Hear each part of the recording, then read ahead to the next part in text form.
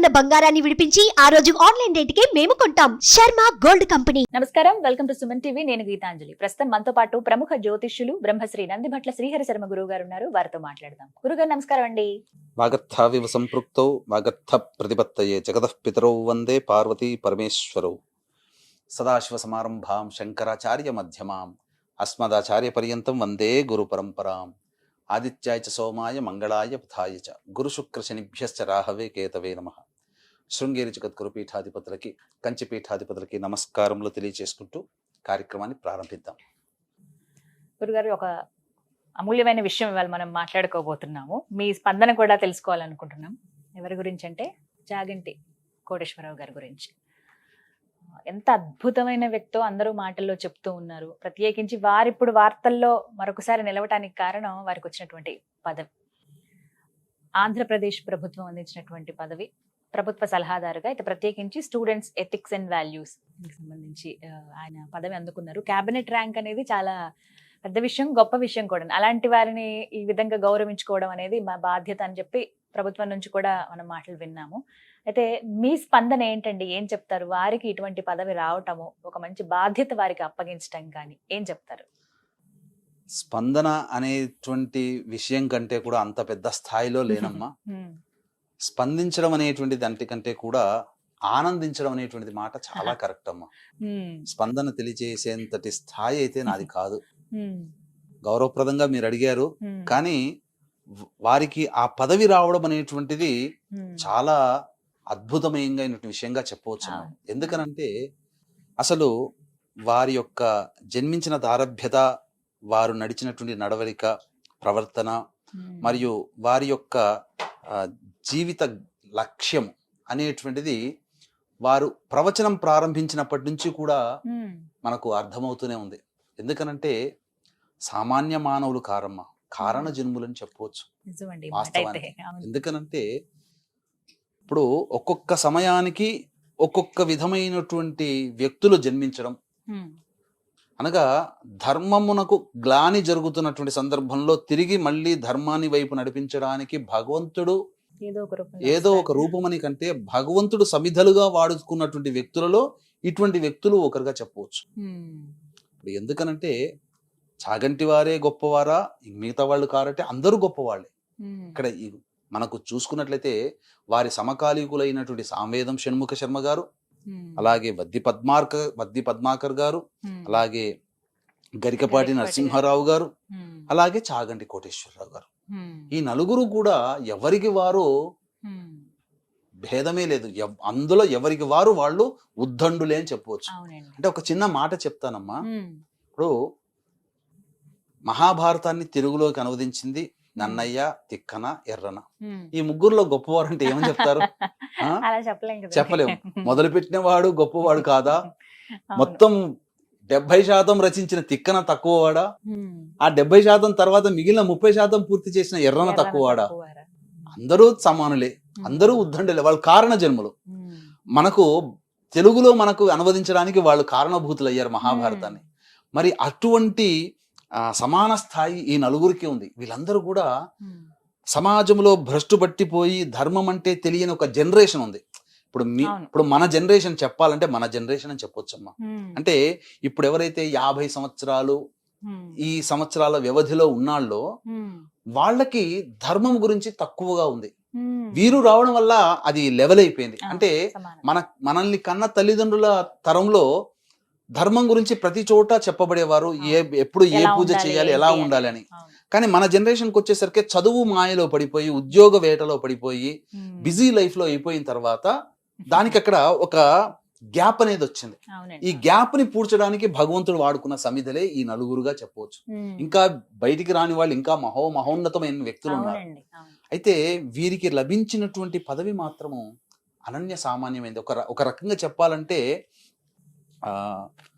వ్యక్తిత్వానికి తగ్గట్టుగా లభించినటువంటి పురస్కారం. అంటే చదువు తగ్గ ఉద్యోగం అని అంటారు చూడండి, ఆయన వ్యక్తిత్వానికి తగ్గట్టుగా దొరికినటువంటి పదవి అని చెప్పవచ్చు. ఎందుకనంటే స్టూడెంట్స్ ఎథిక్స్ అండ్ వాల్యూస్ అని చెప్పి క్యాబినెట్ ర్యాంక్ సమానమైనటువంటి హోదా, చాలా గౌరవప్రదమైనటువంటి పదవి లభించింది. వీటన్నిటికీ ఈ పదవి ఇప్పుడు ఉంటుంది, తర్వాత పోతుంటుంది. కానీ ఈ ఎథిక్స్ ఏవైతే ఉన్నాయో ఆ ఎథిక్స్ గురించి చెప్పడానికి అనువైనటువంటి వ్యక్తి ఎవరా అని చెప్పి పరిశోధన చేసినప్పుడు అంతకుముందు ఉన్నటువంటి వైసీపీ ప్రభుత్వం కానీ అలాగే ఉన్నటువంటి ఈ తెలుగుదేశం ప్రభుత్వం కానీ చుక్కానిలాగా కనబడ్డవారు కోటేశ్వరరావు గారు. కాకపోతే టీడీపీ అదృష్టం వారు ఆ పదవిలో ఇప్పుడు కొనసాగడానికి ఇష్టత వ్యక్తం చేశారు. ఇక గమనించాల్సినటువంటి ప్రధానమైనటువంటి అంశం ఏంటంటే ఇది చాలా ముఖ్యమైనటువంటి పదవి అమ్మ. ఎందుకనంటే ఇప్పుడు సమాజంలో పిల్లలకి నైతిక విలువలు లేవు. నైతిక విలువలు ఉండాలి అని అంటే నైతిక విలువల గురించి సంబంధించినటువంటి ఒక సబ్జెక్టు పాఠ్యాంశంగా ఉండాలి.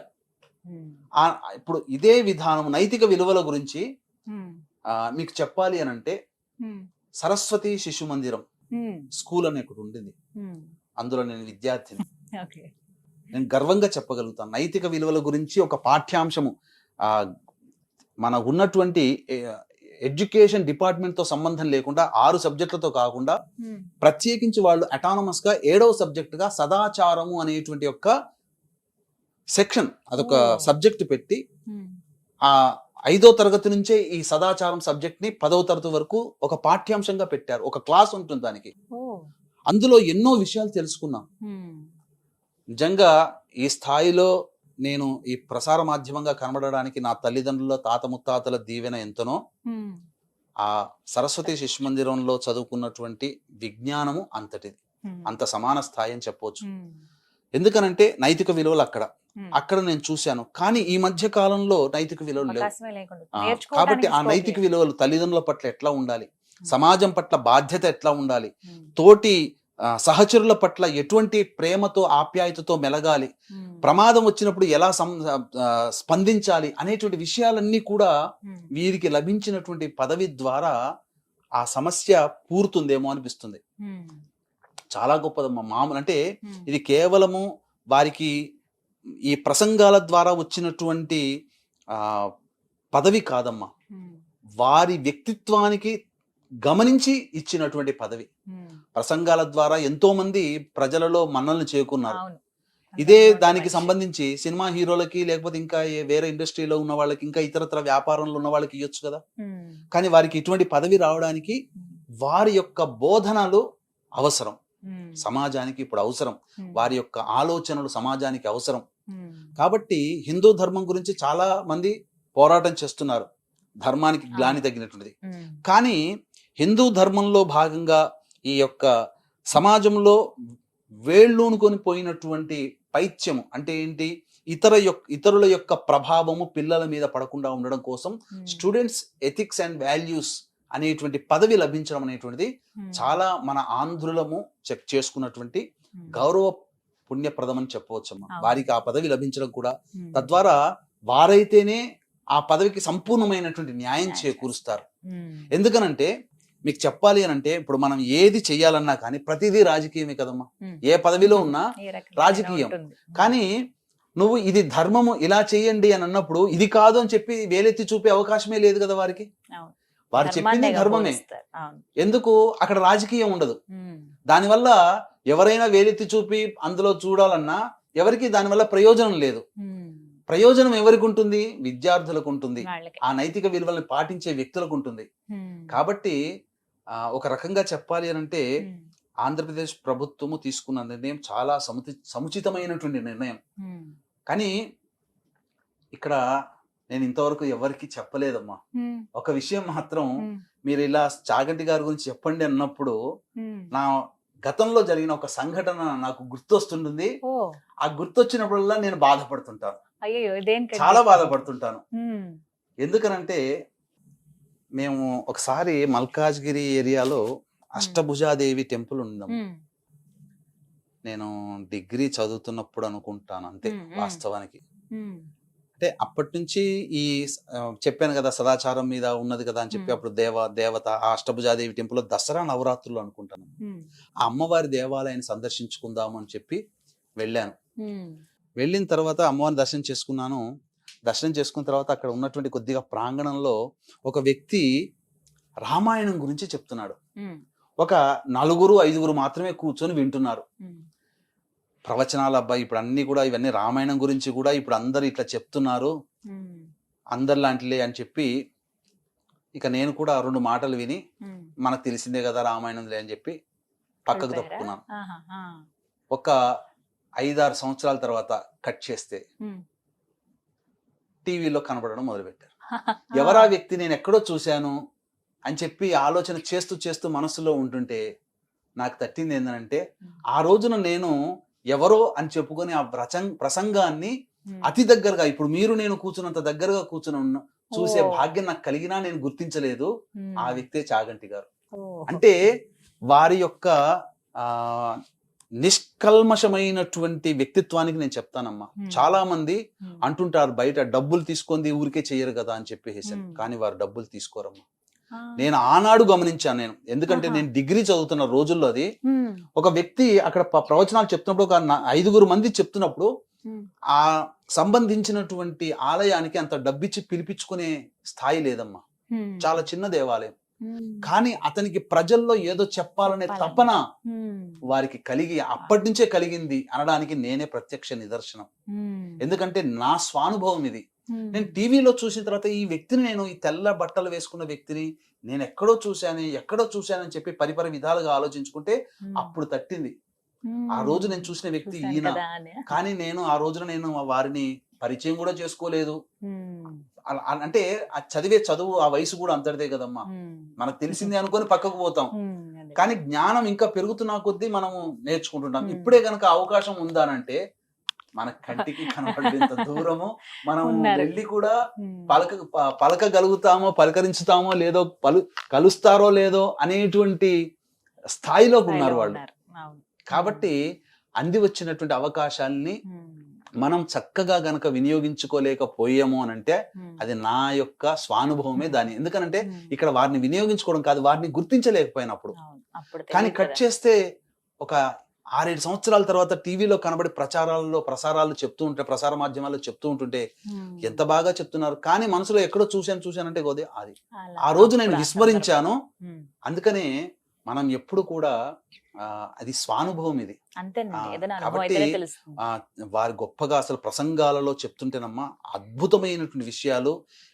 ఈ యొక్క సంబంధించినటువంటి చేయడానికి ఇది కేవలం కోరుకుంటే వచ్చినటువంటిది కాదమ్మా. కోరకుండా సరస్వతి కటాక్షం. ఎందుకంటే అనర్గళంగా వాళ్ళు అందరూ కూడా నలుగురు కూడా చక్కగా అన్ని పురాణాల గురించి, అంటే వద్ది పద్మాకర్ గారు, గరికపాటి నరసింహారావు గారి సమాజ చైతన్యం, ఇక సామవేదం షణ్ముఖ శర్మ గారు అయితే అసలు కంచి పరమాచార్యుల వారు చెప్పినటువంటి విధంగా నడుచుకున్నారు. ఒకప్పుడు సినిమా పాటలు రాసుకునే వ్యక్తి నీ స్థాయి ఇది కాదు, నీ దారి ఇది కాదు అబ్బాయి అని చెప్పడం తర్వాత పంథా మార్చుకొని తాను ఈ ప్రసంగాల్లో ఈ సమాజాన్ని ఉద్ధరిస్తున్నారు. కానీ వారి స్థాయిని అర్థం చేసుకోవాలి అని అంటే కాస్త పండిత జ్ఞానం కొంత ఉండాలి. సామవేదం షణ్ముఖ శర్మ గారు కానీ అంటే అతి సామాన్య మానవుడు కూడా, అంటే ఏం చదువుకోలేని వ్యక్తి కూడా ఆయన ప్రసంగాన్ని విని మైమరిచిపోతాడు. అట్లా మంత్రముగ్ధులై కూర్చుండిపోయి వింటూనే ఉంటుంటారు. ఎంతమంది లేరమ్మా ఆయన ప్రవచనం ద్వారా విని తల్లిదండ్రులను విస్మరించిన వాళ్ళు, తల్లిదండ్రులని మళ్ళీ చేరబట్టిన వాళ్ళు లేరా? భార్యని దూరం పెట్టి మళ్ళీ రామాయణం బోధన ద్వారా భార్యని చేపట్టిన వాళ్ళు లేరా? కాబట్టి ఎంతమంది దుర్మార్గం వైపు నడుస్తున్నటువంటి వాళ్ళు మళ్ళీ సన్మార్గంలోకి వచ్చిన వాళ్ళు లేరా? 1-2 ఎందరి జీవితాల్ని ప్రభావితం చేయగలిగినటువంటి శక్తి ఆ యొక్క ప్రసంగాల ద్వారా వారికి కలిగింది. సరస్వతి కటాక్ష పుత్రులు, సరస్వతి ఉపాసనతోనే అవన్నీ అవుతాయి. ధారణ అంటే మామూలు ధారణ కాదమ్మా, మామూలు విషయం కాదు. ఒక ఉన్నటువంటి పద్యాల్ని కానీ వాటన్నిటిని కూడా ప్రసంగంలో అనర్గళంగా చెప్పగలిగేటువంటి శక్తి వచ్చినటువంటి ఒక దాంట్లో, ఒక ప్రసంగంలో ఉన్నటువంటి భావాన్ని మళ్ళీ ఇంకెక్కడో ఉన్నటువంటి భావంతో లింకు చేసుకొని దానికి ఆ యొక్క అర్థాన్ని సమన్వయపరిచి మళ్ళీ తిరిగి కంటిన్యూ చేసేటువంటి శక్తి ఉంది. చూశారు, అది కేవలం సరస్వతి అమ్మవారి కటాక్షము, పూర్వజన్మ సుకృతము.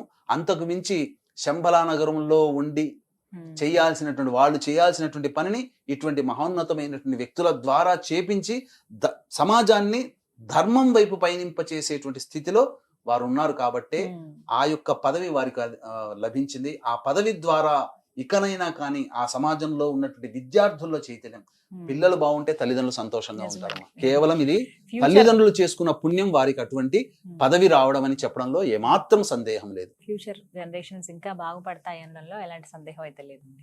థ్యాంక్ యూ గురుగారు, చక్కగా వివరించారు. నమస్కారం. సర్వం శ్రీ ఉమామహేశ్వర పరబ్రహ్మార్పణమస్తు.